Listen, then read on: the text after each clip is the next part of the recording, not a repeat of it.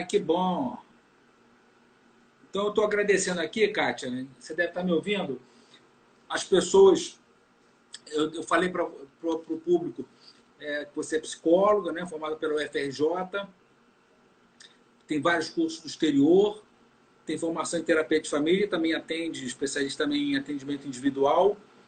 E nós vamos falar sobre o foco da nossa conversa é família. Né? A Kátia vai... Kátia, ela vê se ela não está entrando aí. Hã? Chama lá o... Ela vai falar sobre família, e em especial sobre essa situação, esse momento que a gente... Esse momento que a gente vai estar vivendo. Então ela vai fazer uma passagem sobre antes e agora o momento, e as experiências que ela está vendo. Oi, Cheguei. Kátia, que bom! Obrigado por estar aqui com a gente. Eu Eu que estou esperando só a agradeço. IPQ chegar. Tá? Bom, antes, Kátia, deixa eu fazer um agradecimento à minha equipe. Eu quero fazer uma menção ao meu cinegrafista. Eu não sei se ele vai aparecer, é o Daniel Barcelo Jaimovic. Ele começou junto comigo o canal Aham. e ele que faz a entrevista. Se a gente tivesse presença na sua presença, você estaria com o Daniel, eu e você. Tá? Mas eu estou aqui com a Ana, com a Thalita, que é da minha equipe, que é minha... Como é que veste roupa? Bota roupa. Estilista. Ela que me arrumou hoje. E com o meu Que editor, o ótimo. Eliel. Oi? Ficou ótimo. Estou com o meu editor. Estou com o meu editor, o Eliel, também, que ele é que vai cuidar depois para a gente publicar. Muito obrigado pela sua disponibilidade. Eu que agradeço. Tá? Você está muito bonita. Deixa eu ver os olhos. Vamos compartilhar esses olhos lindos. Ah, só. Kátia, Horas que tem que usar os óculos, senão não vai vamos conversar. funcionar. Vamos lá. Fala um pouquinho, começa com a sua história. Como é que você chegou como terapeuta de família depois da faculdade? Né? Porque se você for falar de antes, Aham. mas vamos pegar a partir da faculdade. Tá.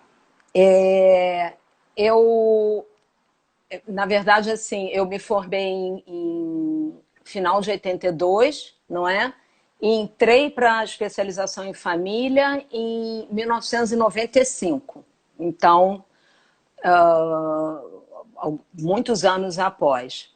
O que fez todo, claro, da faculdade, o que fez todo sentido, não é? Porque eu saí da faculdade uma menina muito jovem, né? E indo trabalhar, indo à luta, sempre estudando muito, né? Até hoje a gente permanece nisso, né? Estudando, que é uma coisa maravilhosa. E esses anos, esses 13 anos, eu trabalhei muito em escola, não é? Com ensino infantil, depois no ensino médio e tal. E Escola eu fui pública ou privada? escola privada, tá? E assim, eu estagiei numa escola, né, onde eu aprendi muito na minha vida profissional que eu trago até hoje. E, e depois eu fui convidada a ser psicóloga de uma escola muito grande no infantil, né, com as crianças e tal. E nisso eu tive meus filhos, né? Eu já era casada, tive meus filhos. E eu acho que isso é uma coisa importante porque a família, para mim, assim, quando eu entrei para a especialização da família, os meus filhos já tinha 4, quase 4, o outro 8 e tal. Eu sou casada, né, muitos anos, e isso fez toda a diferença, Dois eu filhos. acredito. 2 filhos. Léo e Alan. Leonardo e Alan. Isso. Então aí, Então aí. E eu fez toda a diferença, né? A minha família, para eu ter esse outro olhar da importância e da diferença que é você escutar uma pessoa tendo esse olhar de família. Quer dizer, quer dizer, esse fato da sua vida teve uma influência na tua formação como terapeuta de família? Ah, sem a menor dúvida, sem a menor dúvida. Eu trabalhava muito com crianças e eu sempre... eu acho que o que acontece é o seguinte, a gente quando trabalha só com criança e atende criança, eu acho que assim, o que a gente tem que tomar cuidado é que muitas vezes a criança apresenta um sintoma, mas isso não quer dizer que seja ela que muitas vezes ela traz a família, né? Ela traz questões de interação familiar que estão acontecendo e a criança, ela, por estar em formação, ela acaba apresentando algum sintoma, não é sintoma de doença, nada disso, mas alguma questãozinha. Não dorme direito, vai para a cama dos pais e tal. E eu acho que o olhar, quando você tem um olhar só para a criança, né? E eu acho que ainda existe muito hoje isso, tá? Você acaba perdendo uma grande chance de poder trabalhar a interação e os padrões de interação que essa criança vive em família. Então, quando eu trabalhei em escola, eu acho que é uma coisa importante, tá? Uma escola que eu trabalhei com ensino infantil muitos anos, né, onde montei todo um serviço de psicologia e tal, eu ainda não tinha formação em família. Anos depois, eu fui trabalhar numa outra grande escola, isso tudo em paralelo com o consultório, mas eu já tinha feito a minha especialização de família e aí eu trabalhei com adolescentes. Eu era psicóloga do ensino médio. E fiz um trabalho lindo, por quê? Porque eu percebi que antes da minha formação, e eu acho que isso é uma tendência, você chama, por exemplo, em escola, você conversa com os pais. A criança, ela não participa disso. E essa foi a minha virada na minha vida profissional, inclusive. Sabe? É uma coisa fora de sério para mim, porque a minha escuta é outra.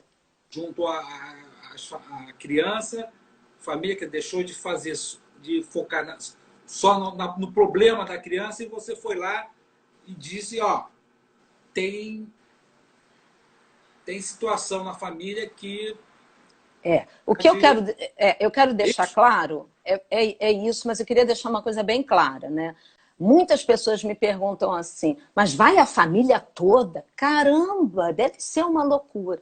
Não deve ser loucura nenhuma, porque não acontece nada no consultório diferente do que acontece em casa, tá? Então, a família ou os casais, né? Porque as pessoas se acham, não, mas você atende, mas é casal, mas é família.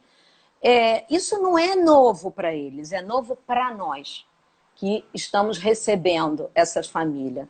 Então, toda vez que eu recebo uma família, eu ouvi de uma professora na minha formação, ela colocava que a família tem tesouros escondidos e que cabe a nós ajudá-los a encontrar essa caça do tesouro. Isso é uma coisa que eu ouvi há 25 anos atrás e eu nunca mais esqueci. Sim. Porque a ideia de que as famílias chegam ao consultório e que você sabe mais delas do que elas mesmas, não é uma ideia que eu compartilho. Eu sempre acho e acredito que eles sabem muito mais do que eu. E eles apenas me dão, enfim, eu apenas participo disso no sentido de poder ajudá-los a identificar padrões que não estejam funcionando, né? Porque a família, ela muitas vezes ela busca ajuda porque ela acha que não está nada funcionando. E nem Kátia, sempre é assim. Kátia, nessa tua experiência, você deve ter atendido várias famílias em várias situações. Tem alguma situação que você poderia se mencionar, assim, não como exemplo, mas como algo assim que tenha te marcado, que tenha assim te chamado a atenção, né? Assim, para a gente poder assim ter uma noção do que é isso que você está falando, a importância do que você está falando. Aí talvez se você der um exemplo assim bem simples, né? Mas que tenha te marcado, assim como essa tua professora falou do tesouro, se você ajudou muitas famílias a encontrar esse tesouro. Eu acho que sim, né? Espero, né? Tem muitas situações, né? Porque o que é muito comum é a família vem com uma pessoa que a gente chama o paciente identificado, tá? É aquele que apresenta o sintoma, tá certo? E a gente pode aqui pensar em milhões de situações. Ó, muitas vezes a criança, tá? Muito comum. Ainda, eu acho que há resistência muitas vezes eu ainda acho que há resistência para a família vir. Eu acho que é muito. A família ainda muitas vezes quer mandar a criança para o atendimento, né? Então, é muito comum a criança sintomatizar, adolescente, né?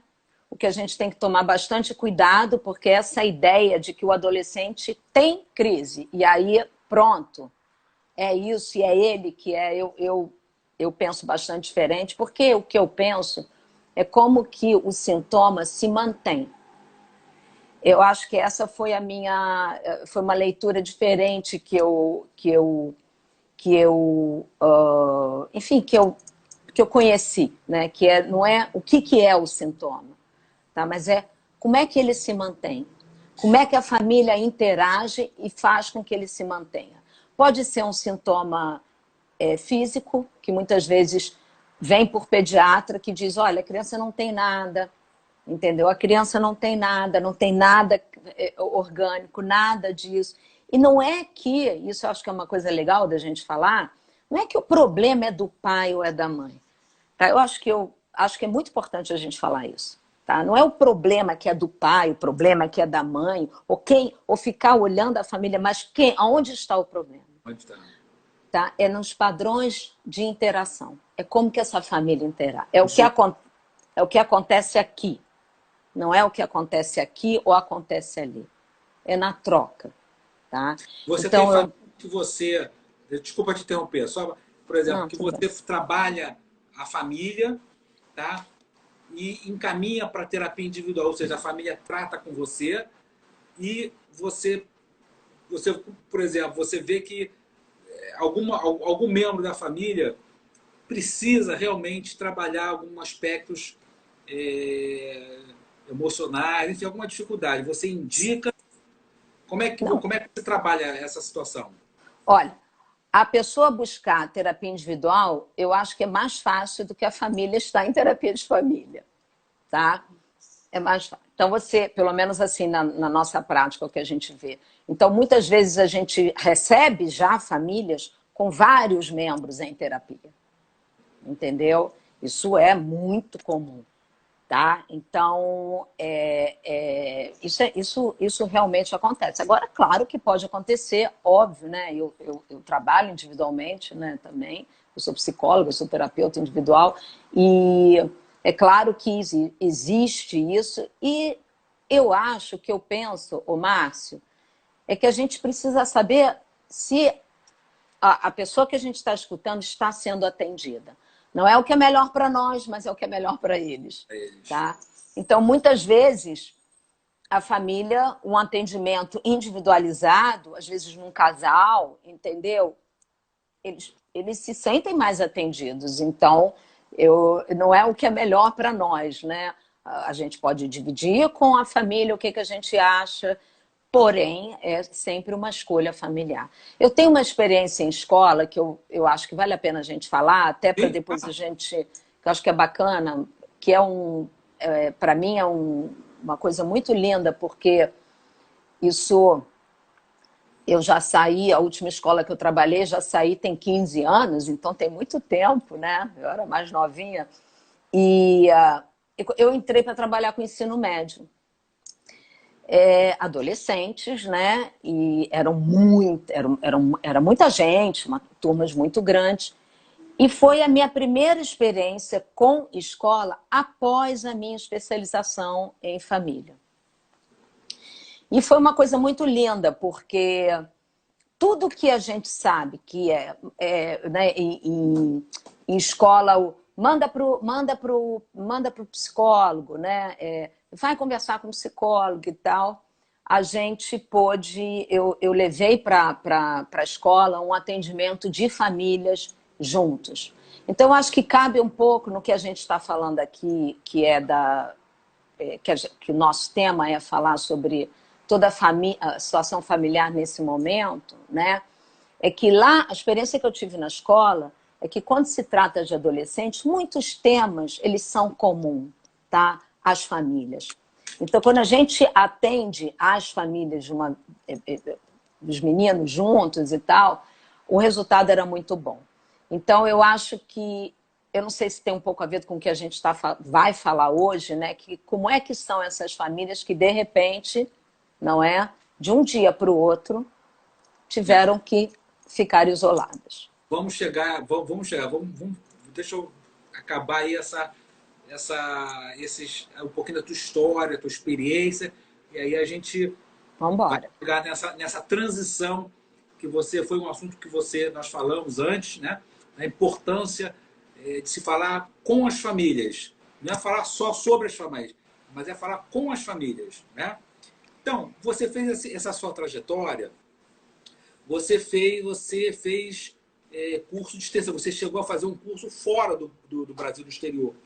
E você tem uma experiência muito importante, uma espécie de imersão, Não, foi o seguinte, na minha especialização, eu fiz a minha especialização no Instituto Mosaico, aqui no Rio de Janeiro, com profissionais maravilhosos que carrego até hoje, tá? Que são colegas hoje em dia, né? E que eu me orgulho muito Mosaico era uma referência. de podermos trabalhar juntos, né? Hoje como colegas. E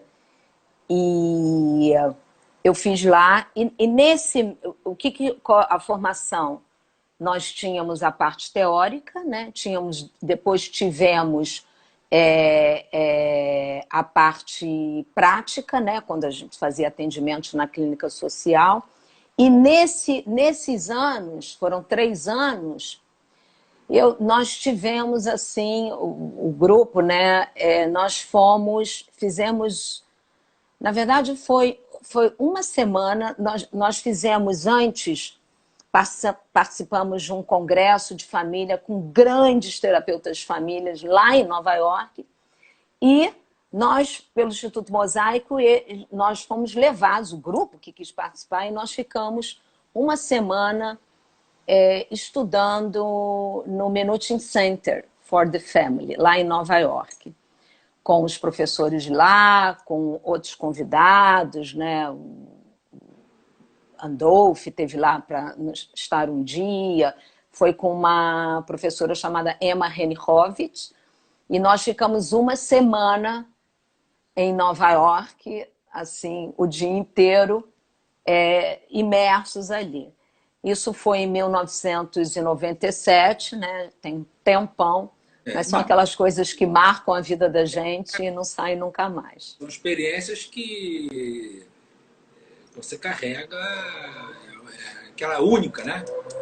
Único, um aprendizado, maravilhoso mesmo. E aí depois dessa, como é que foi? Você fez... Depois eu participo de congressos, né? Está sempre atualizada. Tem que estar, né?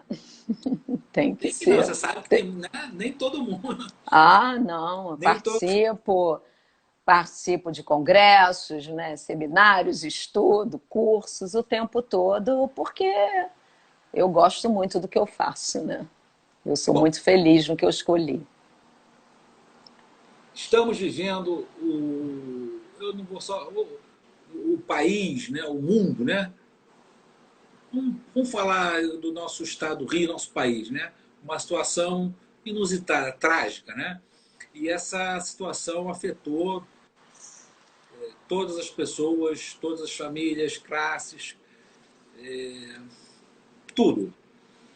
Então, seria bom você pudesse nos oferecer uma visão dessa situação, desse rompimento, né, que nos abateu no dia 8 de março, 7, 9 de março, e que eu não gosto de falar que as famílias, a expressão obrigou, não, mas que as pessoas foram levadas a ter que ficar em casa, né, a se cuidar, enfim.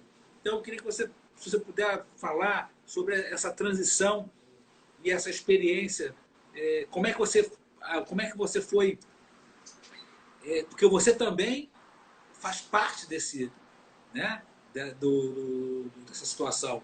Então, Com certeza. Como é que essa transição, como é que você trabalhou as famílias, o que você pode nos falar, pode falar para as famílias, né, sobre essa situação?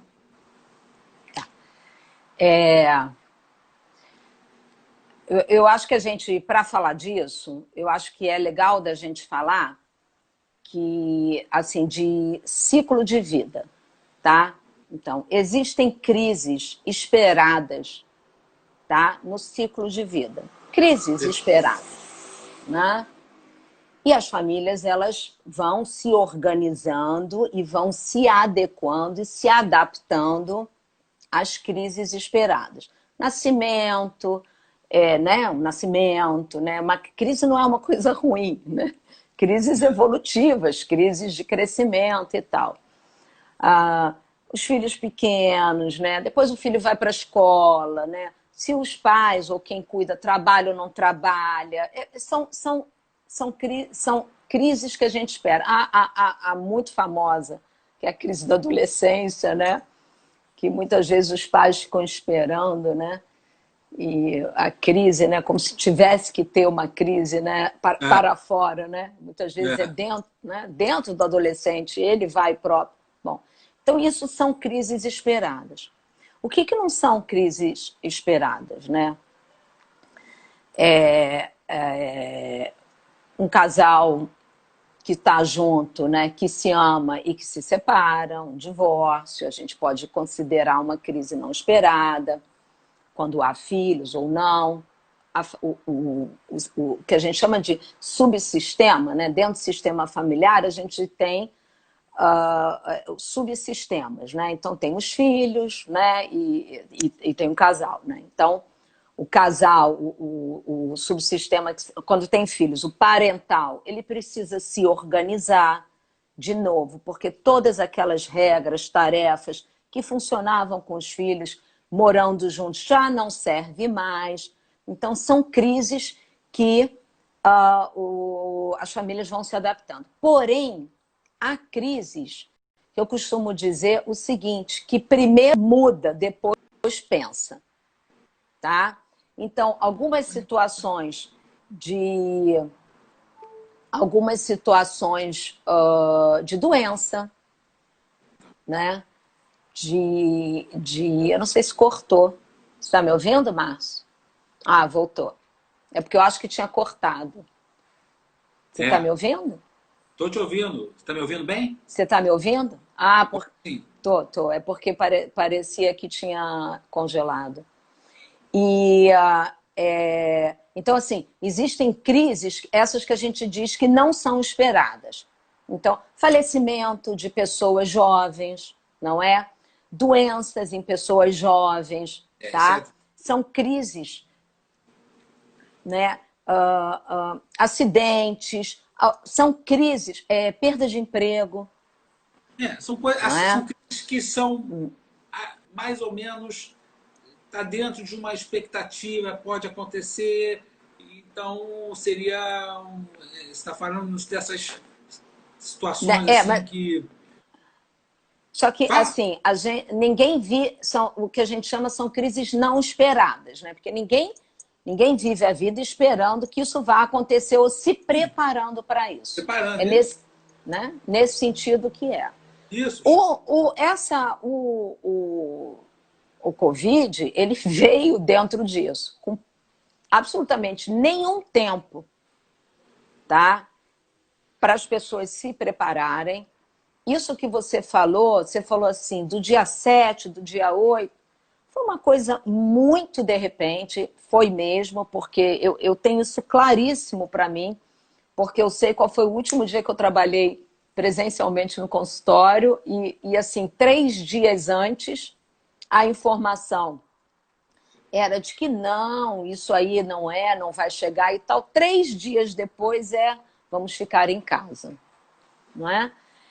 Então foi muito de repente, muito repentino mesmo, tá? Então assim, a possibilidade, eu acho que as famílias grandes, famílias pequenas, eu acho que todos nós fomos e somos muito guerreiros. Eu acho isso, né?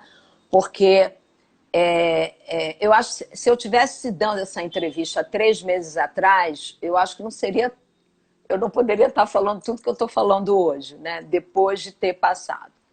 Porque nós todos estamos envolvidos, né?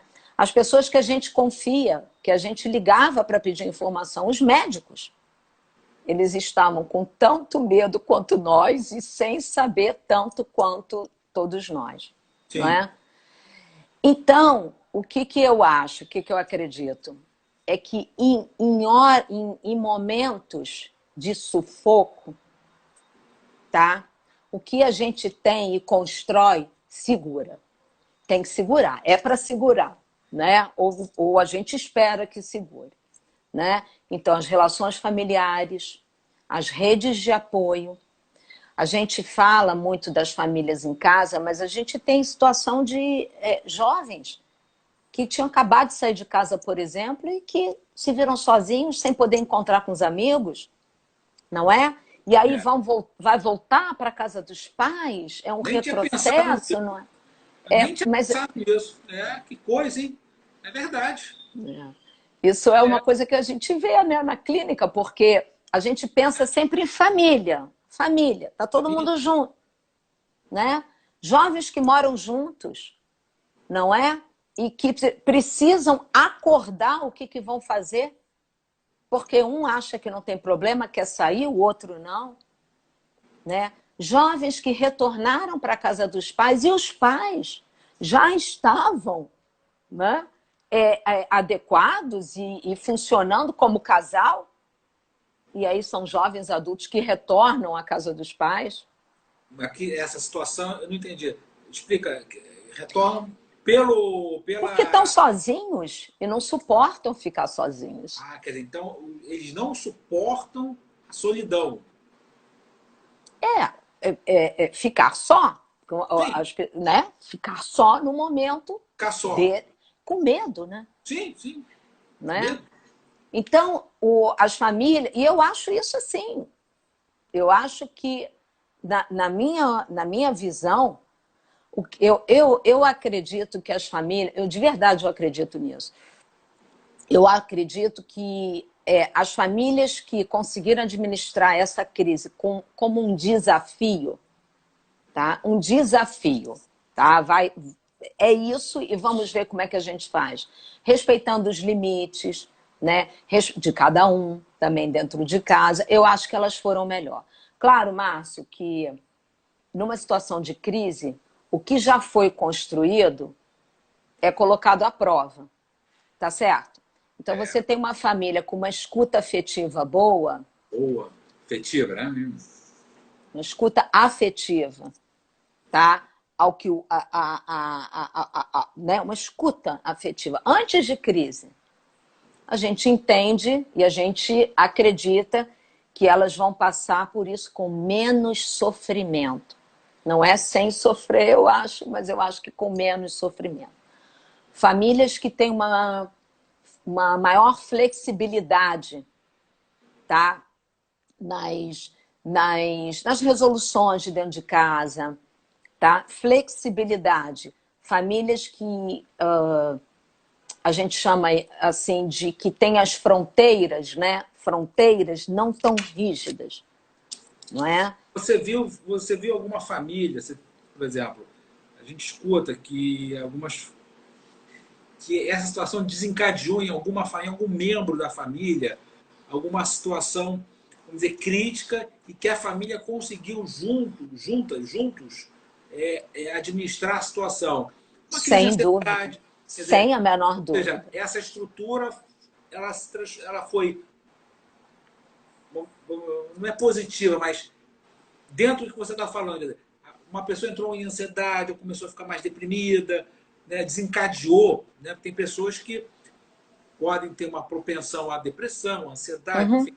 Então, e essa situação talvez tenha desencadeado. E aí, o que eu te pergunto, essas famílias conseguiram ou estão conseguindo administrar esse membro da família, essa pessoa da família que está mais fragilizada? Com certeza, né? Com certeza. A gente, quando fala de família, a gente fala de um termo que para mim me faz muito sentido, né? Que é pertencimento, não é? É pertencimento. É aquilo que a gente não precisa falar, que você olha e você sabe quem pertence àquele núcleo familiar, não é? Na verdade, Márcia, eu vou te falar o que eu acho. O monstro maior estava do lado de fora, tá?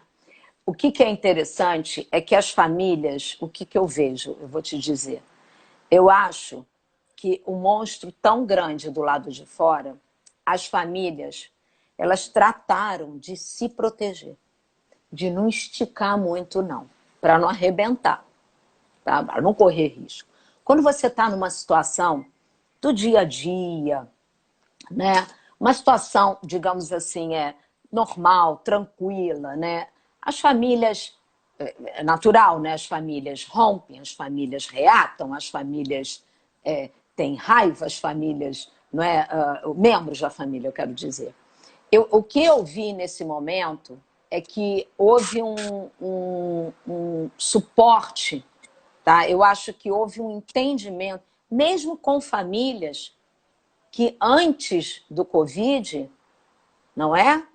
Tinham questões importantes para serem tratadas. Entendeu? Não é que as questões ficaram de lado, mas a gente, vamos pensar que a ameaça de morte, né? Que é o tal do fantasma, mas que deixou de ser fantasma Exato. porque ele foi real, né? Todo mundo conhece alguém, todo mundo, né? O perigo é do lado de fora. E não é apenas o perigo do lado de fora porque vai contagiar ou não vai, não sei o quê. É porque as famílias puderam olhar que o que elas têm e que talvez elas achassem que fosse pouco, que não fosse suficiente, né? Que as relações não eram boas e tal, elas se redescobrem e vão atrás dos tais tesouros escondidos que eu Você falei. viu famílias se. Não, eu não vou usar uma expressão de reconstrução, mas você viu famílias que tiveram. Não, também não é oportunidade, mas que nesse momento elas estão conseguindo viver, né, mesmo com os conflitos, mas elas estão conseguindo ter um relacionamento dentro de casa, né? No seu dia a dia. As famílias estão. Então, essa pessoa, por exemplo, que ficou mais ansiosa, a família foi e abraçou essa pessoa, que deu mais assistência a ela, né? Seria isso? A pessoa que ficou mais ansiosa na família, quando uma família consegue perceber que tem alguém mais ansioso na família, ela já está à frente, né? Porque o que nós estamos falando é de como que os membros da família percebem, tá? E acessam o que o outro está sentindo, né? Então, por exemplo, uma, os medos foram muito falados. Quem tem famílias com criança, eu acho que a gente tem que falar muito disso. Eu acho que se fala aqui do novo normal, isso para mim é algo que eu penso muito mesmo, entendeu? Novo normal? Eu fico pensando, você veja bem, as crianças ficaram em casa, As crianças ficaram em casa e entenderam tudo na mão. O que a gente está entendendo? O que a gente aprende? Que abraçar, que afeto, que beijar, que estar perto protege. E, de repente, com o Covid, né, isso ficou proibido, isso virou ameaça. É um negócio muito sério, a meu ver.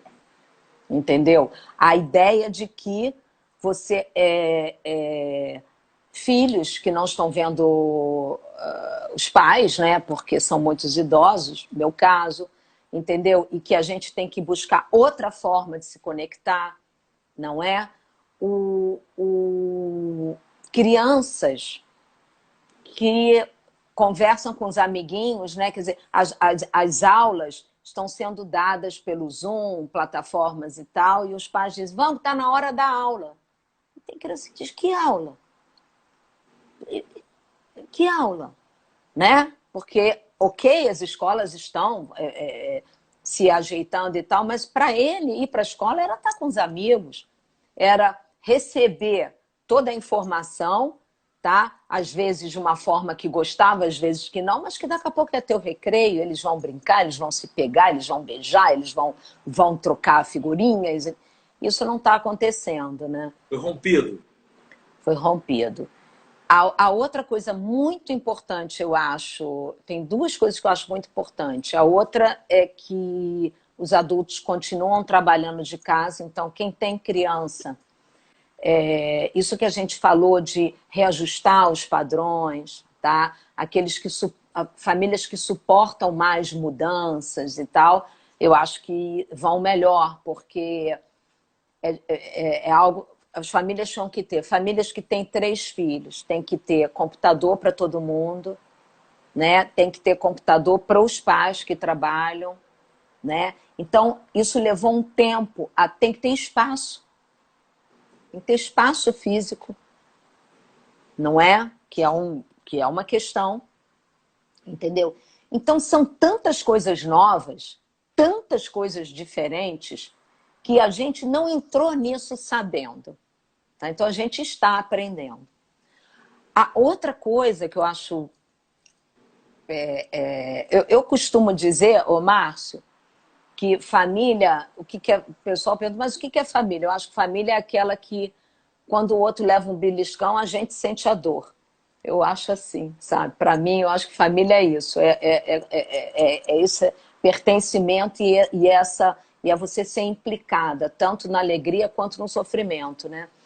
E uma outra coisa que aconteceu muito, que eu escuto bastante, é as necessidades diferentes dentro de casa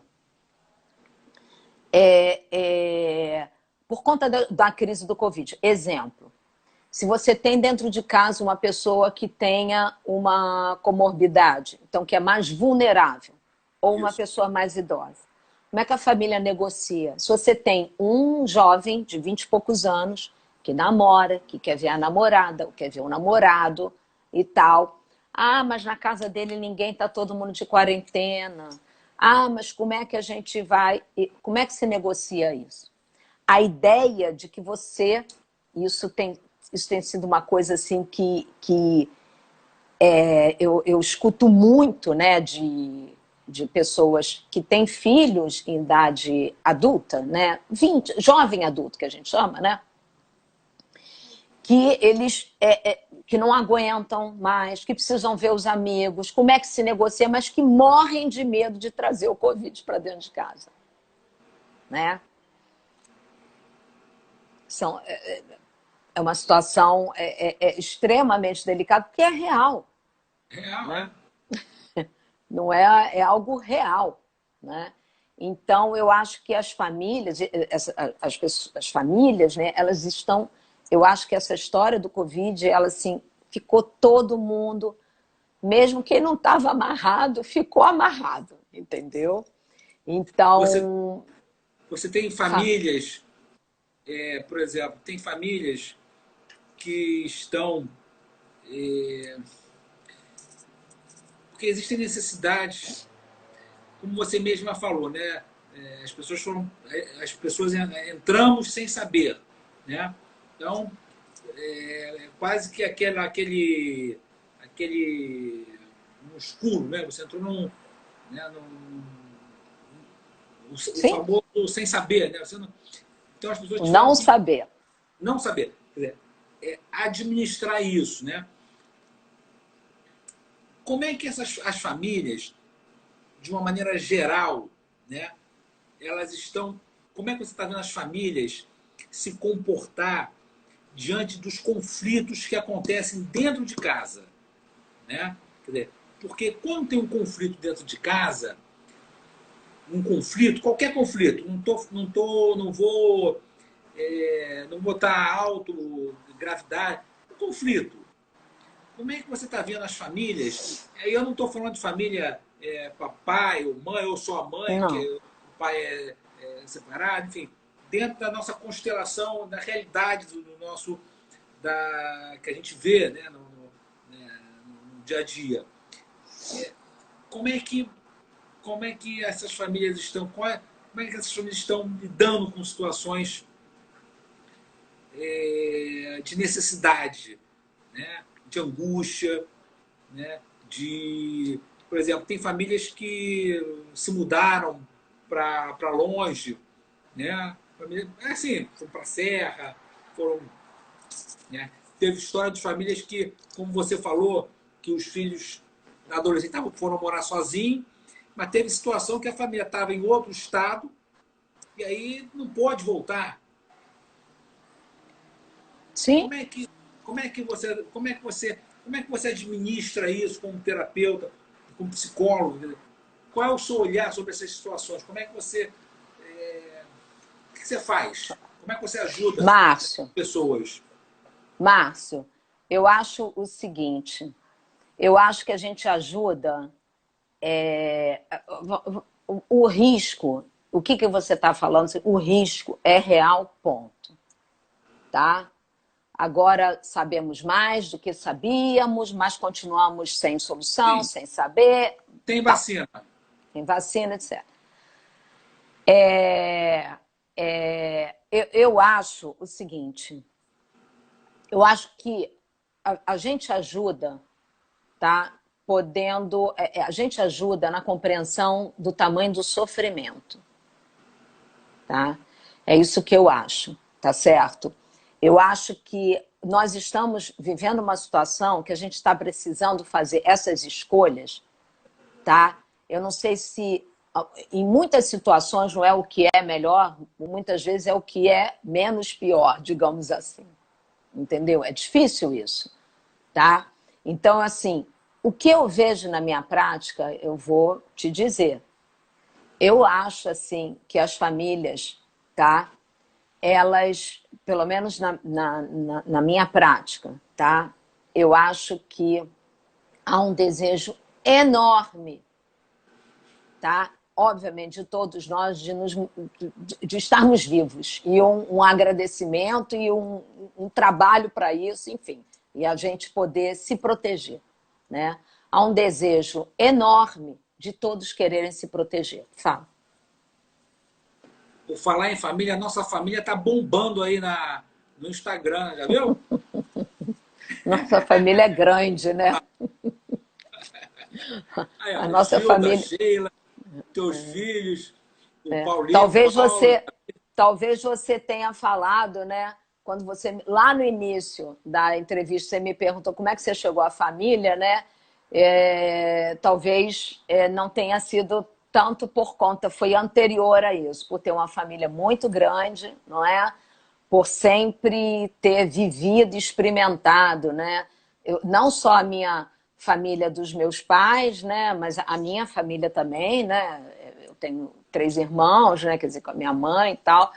Então é anterior à família que eu construí, né? Sim, E aí, o meu tua idade. desejo a minha paixão por família, ela é bem antiga, assim, entendeu? Então, eu não acredito, não é que eu acredito de, vamos lá, força. Eu acho que as famílias se protegem, Márcio. Eu acho que as pessoas, quando a gente se gosta, a gente se protege, Acho que entendeu? existe um mecanismo, uma estrutura. Quer dizer, como é que elas se protegem? Quer dizer, Como é que numa situação dessa, Kátia, Sim, sim. é o que você falou anteriormente, quer dizer, em termos de estrutura, famílias... Agora, famílias que não eram, vamos dizer assim, que tivessem alguma... Vamos pensar numa situação de uma família que estivesse instável naquele momento. Essa situação toda pode ter levado à ruptura, vamos colocar, ou ao mesmo tempo a união. Existiu? Você concorda com isso? É possível Concordo, isso? concordo, concordo. Eu vou te falar o que eu concordo. Por que eu concordo? Porque, assim, o risco de... Olha só, a ameaça de morte, essa é a maior ameaça que todo mundo viveu. Tá? Então, esse é real. Assim, isso não é porque não tem, porque a gente vai todo mundo morrer um dia. Tá? Mas numa crise, assim como numa guerra. Né? Porque eu comparo essa situação a uma situação de guerra. Tá? Então, o que aconteceu? Eu acho que as famílias, tá? Elas buscaram não se romper. Tá? O risco do rompimento, tá? É assustador. Num momento que é extremamente assustador. Então, eu acredito que seja por isso, tá? Que as famílias, não é? Elas conseguiram, claro que não é todo mundo, eu acho que a gente aqui está falando, né? Mas claro que existem situações importantes, graves, né? Sem dúvida nenhuma. Mas o que eu vejo, o que eu acho, é que o risco de romper num momento, tá? Absurdo, com tudo fora do lugar, foi muito assustador. As pessoas, o que acontece? As pessoas, a gente teve que parar, né? A gente escuta assim, adia. Ah, mas eu tinha que ir no médico, adia. Ah, mas eu tinha que não sei o que, adia. Então, o que é adiável, o que não é adiável? Isso é uma ótima conversa em família, tá? Porque a vida não parou, né? A vida, e eu acho que os extremos faz com que a gente perceba bem isso. Por exemplo, crianças crescem, né? Então você tem uma criança que a pandemia começou quando ela tinha, sei lá, 5 meses, com 9 meses, você vê o tempo passando. E é uma diferença, né? Uma diferença enorme, entendeu? Assim como a outra ponta lá, o idoso, o muito idoso. Entendeu? Que estão sofrendo muito. Que estão sofrendo muito, entendeu? Então, o que acontece? A ideia de você conseguir manter, tá? E a gente também em família, a gente fala muito do poder, do empoderamento da família. A família poder reconhecer qual é a força dela. Eu acho que a família, ela está se protegendo para não haver nenhum rompimento. E queria te dizer mais uma coisa que me veio à cabeça agora, que eu acho que é uma coisa... vontade. Não, eu estou à vontade. Você é a estrela da live. Imagina. Eu estou à vontade. Só para... Não, é o seguinte, a gente tem um termo que a gente usa muito para a família que chamou homeostase, que não é um termo de família, né? Mas dá uma traduzida homeostase aí, o que é isso? Tá. A família, ela busca uma homeostase, que a gente chama homeostase familiar. Ela busca um equilíbrio nas relações e ela busca conhecer o terreno que ela entra num terreno que ela já conhece. Se ela for botar o pé num terreno que não conhece, ela vai devagarzinho. Ela não vai e coloca o pé lá, tá? Esse equilíbrio, ele não é para sempre o mesmo. Por quê? Por conta de tudo isso que eu falei lá no início, que é o ciclo de vida. Crianças crescem, vão para a escola. Então, as famílias não podem ter uma rigidez, né? Famílias mais rígidas, elas sofrem mais, porque é preciso reajustar esse equilíbrio o tempo todo, né? Ou com famílias com filhos, ou com famílias sem filhos, ou com adultos que estão sozinhos porque estão envelhecendo, É. Kátia, vamos, deixa eu falar, a gente falou, você mencionou rápido essa questão dos idosos, dos avós, né? O senhor. O que você poderia falar para essas famílias que estão com essa situação, com várias pessoas devem estar com essa situação, com um pai, com uma mãe, ou com uma tia querida, ou com uma pessoa idosa aí que não pode sair. Essa realmente não pode, vamos dizer assim. Ainda tem o risco, né? Quer dizer, pela própria idade, né? Você falou, né? O próprio fato de ser idosa já é um. Como é que você tem visto as famílias se organizando para poder nutrir, né? Alimentar com afeto esses avô, avó, pai, mãe, né? Que estão sozinhos, né? O que você tem, o que você pode falar, o que você tem visto? Eu acho o seguinte, tá? Eu acho que os recursos que nós estamos tendo, assim, né? Da gente estar podendo conversar aqui, da gente poder continuar atendendo, né? A nossa clínica, né? Online, né? Eu acho que esses recursos precisam ser usados também, tá? No contato. Eu vou te ser muito honesta e muito sincera, tá? Eu não consigo olhar, assim, quando eu olho para uma pessoa, ou para um idoso, ou para um adolescente, ou para uma criança, ou para uma família, eu não estou tendo um olhar recortado apenas para o Covid, a época do Covid. Então, eu acho que um idoso, ele traz uma história de vida. E eu acho que dependendo da história de vida e da carga de afeto que ele tem, que ele recebeu dos seus filhos, tá? Isso é presente, isso ajuda ele muito no dia a dia, nesse momento tão difícil, tá? Então, eu não acho que as coisas assim, para mim, quando você pergunta, para mim é muito difícil generalizar, tá? Eu acho, né, óbvio, né? Na vida é assim, cada caso é um caso e tal. Mas eu acredito que a gente faz trocas através de telefonemas, a gente faz trocas através de ajudas, né? Ajudas mesmo Viabilizando. viabilizando, né? Necessidades que eles possam ter, entendeu? Que às vezes a Mas ação vale mais, às vezes uma ação. São perguntas, tá? Você acha que às vezes uma ação, né? Quer dizer, não sei se está falando de a pessoa pega, telefona, fala, porque muito idoso não fala, não gosta de.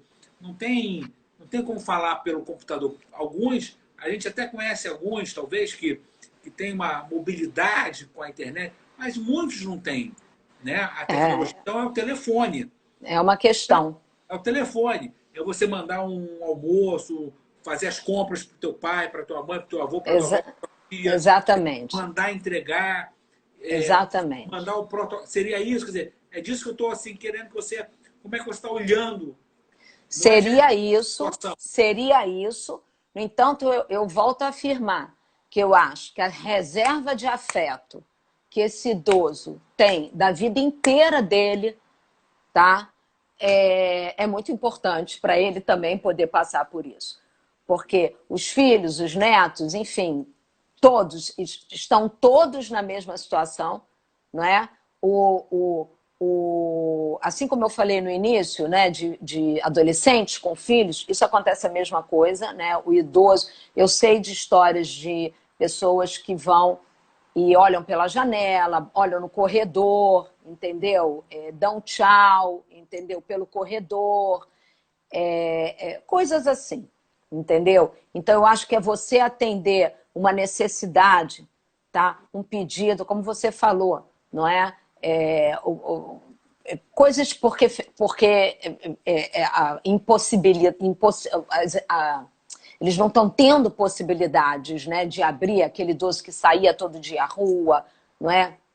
Que é muito comum, os que podem também, né? Porque a gente também tem casos enfim, de pessoas que não. A gente tem casos de familiares que não estão presentes, que moram longe, Moro entendeu? longe, sim.